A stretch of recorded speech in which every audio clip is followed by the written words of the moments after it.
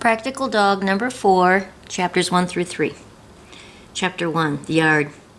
It was a city lot, but very old city lot. I'd like to say it was a double lot. To the average, it appeared a bit shabby with its wide variety of vegetation, but to the folk of the community, it was a garden, and they found clover and dandelions especially delicious. There were berries growing along an easy-to-climb fence, walnuts, cherries, and apples were plenty. With all this, the wondrous lawn became a favorite wildlife corridor that everyone wanted to live near. The groundhog. She was very proud of her home. It was under a nice, sturdy shed that kept her safe in all inclement weather. There were green trees with tasty leaves. While sheltered, she could dig and catch grubs.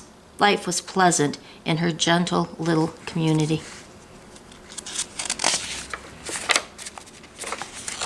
The chipmunk was new to the community. He had come from a big family, and his parents had come from a big family, and he was running away to greener pastures where there was room to grow, to run and eat. So he was now temporarily living under the garage. It was spacious, but damp and dirty, and he would have preferred a tree, but the squirrels had taken all of them. The squirrels were organized. They had huge families that controlled the entire city. There wasn't room for chipmunks. There wasn't even room for other squirrels. You know those other squirrels who used to run the joint? Well, we took care of them. We bit their balls off, so they don't come around here anymore.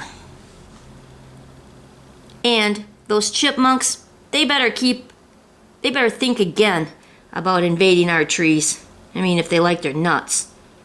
Rabbits were a nervous bunch, always looking around for the cat, especially when they had little ones. That cat was a demon, and everybody knew it, especially the rabbits. But the food, they loved the clover and berries. It was probably a good thing that they were always jumping around and looking for danger. Otherwise, they would be so fat that they wouldn't be able to hop properly. Bats were delicate animals that only went out after dark. They had no enemies except if they were to fall and become prey to the demon cat.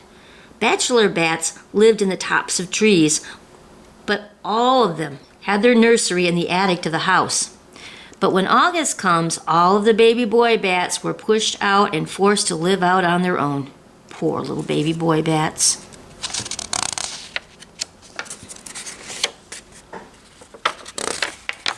The possum was a goth. He mostly kept to himself, only coming out at night when his white, pointy face often frightened anyone who met him. His vision wasn't very good, and he was nearsighted, 30-35. So if he happened on another animal in the dark and they kept very still and quiet, he wouldn't see them at all. So the cat would often hide in the dark and jump out at the poor elder possum and make him wet himself. That cat was a demon.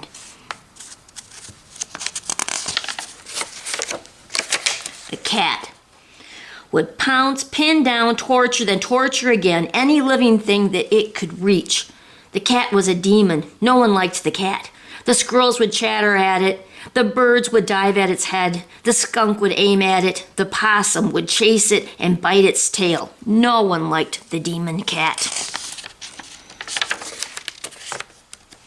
It was a beautiful day that day when the balance of power was tested.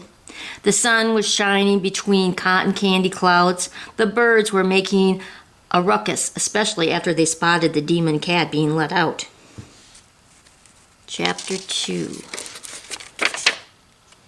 She made haste to her scratching post, which happened to be the root of the tree that was sticking out. She clawed the thing happily, creating nice points. "The better to stick you with," she snarled in the direction of a small rabbit that quickly scurried away. She hunkered down and slowly swept the horizon with her eagle-like eyes. After a few minutes, she made her sound and stood up to stroll the lawn. She noticed the fence pole that she liked to sit at. From its perspective, she could see far into the neighbor's yard, and it made her feel superior to the other animals. She stood up at the bottom and looked up and judged the distance. She wondered if that she had the energy and strength to latch onto the top of it and pull herself up, or had that last stolen donut made her too heavy. Well, here it goes, she thought to herself while taking a running jump. To help her momentum, she sunk her recently manicured nails into the wooden pole near the top, but landed short of her aim.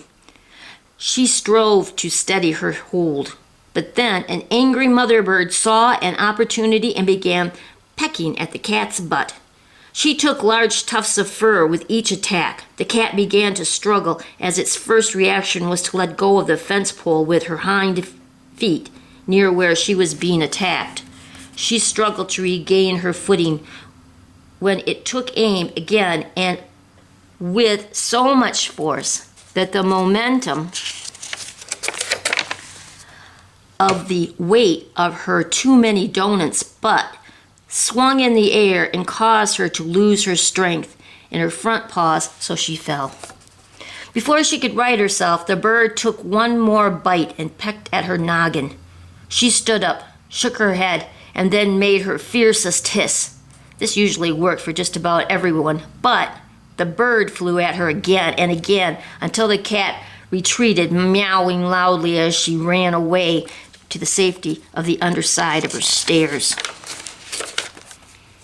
After she flew under the house, she slowly slowed her pace to a slinky, savvy kind of confident stroll.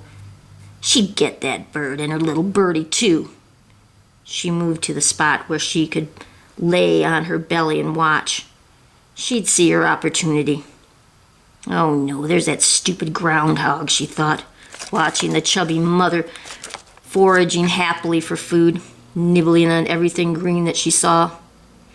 There was just too much food for her near her home. Pity, the cat thought, wondering if her pups might taste like chicken. She grew tired of staring at nothing in her own yard, so she adjusted her head so that she could see inside the neighbors. They always had lots of rabbits. Seemed like at least one of those fat little boogers would have a family, she thought. It was then that she heard the back door of the neighbor house open, and then out strutted a black and white cat with a stubby little tail. She sat up. What is this? A new neighbor? Another cat? Was it a male? She sniffed the air. Yes, definitely a male. She made herself small. No need to show herself until she had the opportunity to decide his character. She observed him. Was he agile and quick enough? She certainly wouldn't want to have anything to do with a bad mouser. She noted the hair. Was it shiny and clean? Well, he didn't look like an alley cat. Maybe he was good enough for her. And then, did he have fleas? Fleas were so disgusting. Then she saw the Stubtailed Cat freeze, draw his body into a pouncing stance, and then lunge high up into the air, adjusting himself like an Olympic diver, and then landing smartly on the target, which was a small but ferocious small mole that had just wiggled out of its hole. The action seemed to be in slow motion as she held her breath in anticipation. The Stub Cat righted himself with a mole in his jaws. Amazing. But then, as she was watching him, they locked eyes. Then he averted his gaze and pranced off victoriously back to the door with a gift for his mistress. The cat sighed and thought about how long it had been since she had been groomed. Stubtailed Cat's bio. He recently moved into the house next door. He was originally from Connecticut. Although proud of his tough guy look of his stub tail, it was actually the result of a terrible accident that involved a robotic vacuum that he enjoyed riding on. There was a loud scream from the neighbor's house. The white cat stood up and stretched her head around the corner to see what the commotion was. Then flying through the air came the Stubtailed Cat, only being visible to her for a brief moment before knocking her off her feet. "Roar!" she squealed while running for the back door. She continued to make a racket at the door, jumping up to get a glimpse of someone through the window. When her master finally opened the door, the cat flung herself through the opening and sprinted up the man's leg to find her secure spot on his shoulders. But in her harried state, she accidentally left her claws out, as the vertical mountain she was climbing required traction. So the man began batting at his over-anxious companion, making matters worse. "What the hell?" he shrieked. "Get off of me!" he bellowed as the two danced till the cat recovered enough to jump down. Chapter 3. The practical dog loved it when humans gathered at the little house with no walls behind their home. There was a big table where other humans would gather as well. Sometimes they would stay outside after dark. On one of these occasions, the smelly old lady came with her big bag that contained his best friend. They hadn't seen one another since their last trip to another planet, which was more than a few days ago. They played in the garden together, while the old lady sat at the table. Soon the three-legged dog came limping into the yard. She lay down in the grass, panting a bit. Usually the practical dog didn't tolerate other dogs in his yard, except the fluffy friend. But he could tell that the little dog was no threat, so he walked over to where the dog was laying and gave her a good sniff before leaving her to slumber. She had become good at running on only 3 legs, but it was still considerably more work and made her tired and sore. But then that sneaky, deviant yellow dog next door broached the property line with his 2 miniature humans. Our hero lurched towards the intruders, barking and growling in his most fierce way. His best friend followed suit and added a high-pitched tenor to the duet. Then the three-legged dog was roused, and feeling refreshed from her nap, she also leaped up and danced with her 2 friends at the property line to fend off the dopey dog that everyone remembered from the camping trip. Unfortunately, the next thing to happen was the humans stood up and shamed the dogs and made them stop the argument and be friends. Ha! How naive humans are, thought our warrior. But he would be sure to keep an eye on the desperado.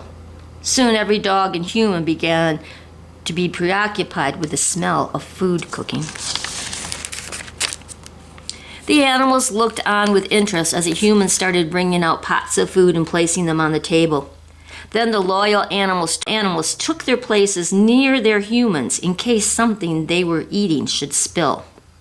So after many happy accidents, the humans began to clear away some of the dishes, but remained outside playing games and talking. This was when the white cat became interested in the nearly abandoned table, where there were still a few crumbs. First she found something sweet like jelly, but it stuck to her teeth. Then she found something salty.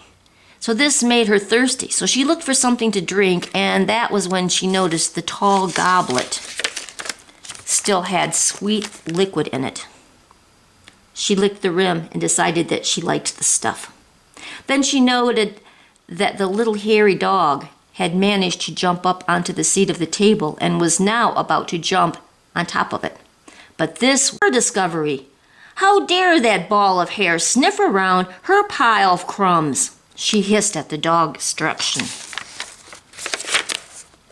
Then the yellow dog noticed the commotion and jumped up onto the table to see for himself what the fight was about. He slid upon landing and knocked over a glass. Some of them still had liquid in them, the cat noted with a growing animosity towards the yellow dog. Then the doofus dog knocked the cat off the table. This finally got the attention of the humans as they came to see what was happening. The cat got nervous and ran to a shrub near the far edge of the yard. She hid and watched the commotion from under the shrubbery. She was feeling lightheaded. But then she noticed the colored lights farther away. She stared at the sparkles. Spellbound, she found herself wobbling towards them. That was when she noted the music. This made her scurry under another bush. Is that right? Overhead, the squirrels were chattering between themselves to be on the lookout for the drunken demon cat that was now staggering in a westerly direction. It was as the cat was watching the light show from under a bush that she noticed a baby in a stroller with a donut. She liked donuts. She silently crept towards the little human. The baby noticed her and cooed and laughed and waved his frosting-covered hands, then opened and closed his little fists and giggled. This was most surely an invitation to share, thought the cat. So happy to oblige, the usually white cat jumped up onto the stroller with the baby and began licking its face, which made the baby laugh and hold the cat close to his heart. But then the larger human screamed and pushed the sticky cat out of the stroller. The white cat looked up at the human with scorn, hissing as she retreated to the shrubbery. The frosting was good, but all that sugar was making her feel sick. Or was it that red stuff in the goblet? She looked around for her way home, but she didn't know where she was. She was lost. Frightened and nauseous, the cat made herself small as possible and shivered under the vegetation, quietly watching the action around her. There was a chorus of unfamiliar voices, music, and noise of all kind.